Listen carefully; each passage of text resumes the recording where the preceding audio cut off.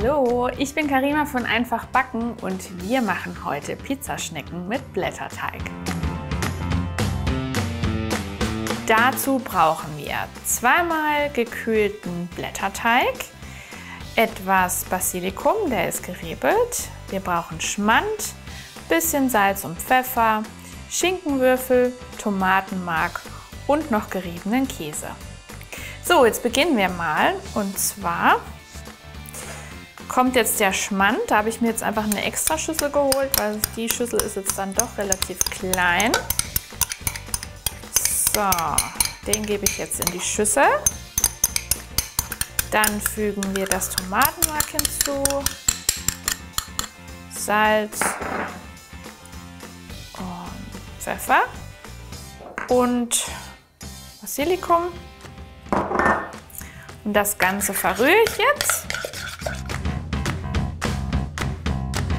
So, und das Ganze kommt jetzt dann auf den Blätterteig. Jetzt nehme ich den Blätterteig und rolle den schön aus. Und jetzt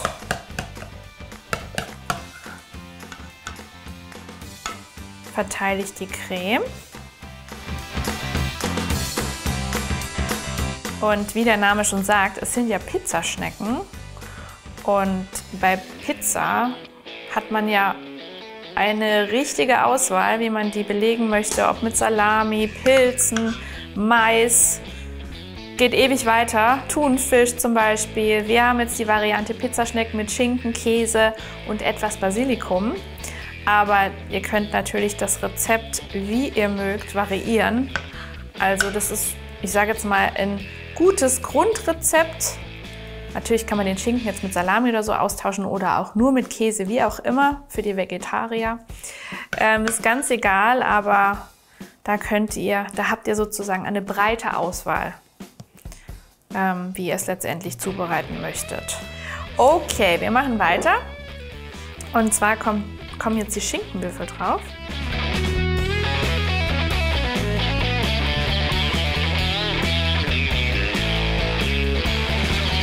Also wie mögt ihr denn so eure Pizzaschnecken? Schreibt mir da gerne in die Kommentare. Wir sind immer offen für Anregungen, neuen Ideen. Also her damit, mit euren Ideen und Anregungen. Und jetzt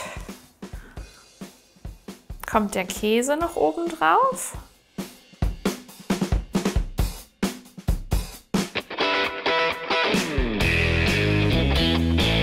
Jetzt geht es ans Schneiden.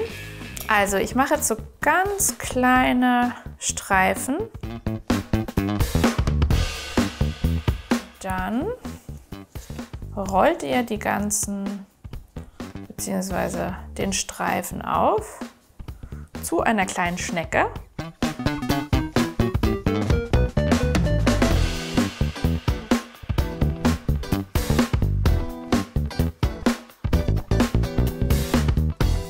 So, ich habe jetzt den zweiten Blätterteig auch noch gemacht und das Ganze noch mit Käse bestreut und das Ganze kommt jetzt nämlich in den Backofen bei Ober- und Unterhitze 200 Grad für circa 15 bis 20 Minuten. Also ich würde immer mein Auge drauf werfen, dass sie nicht so dunkel werden, aber so 15 Minuten sollte auf jeden Fall schon mal lang und dann schaut ihr einfach, wie sie ausschauen.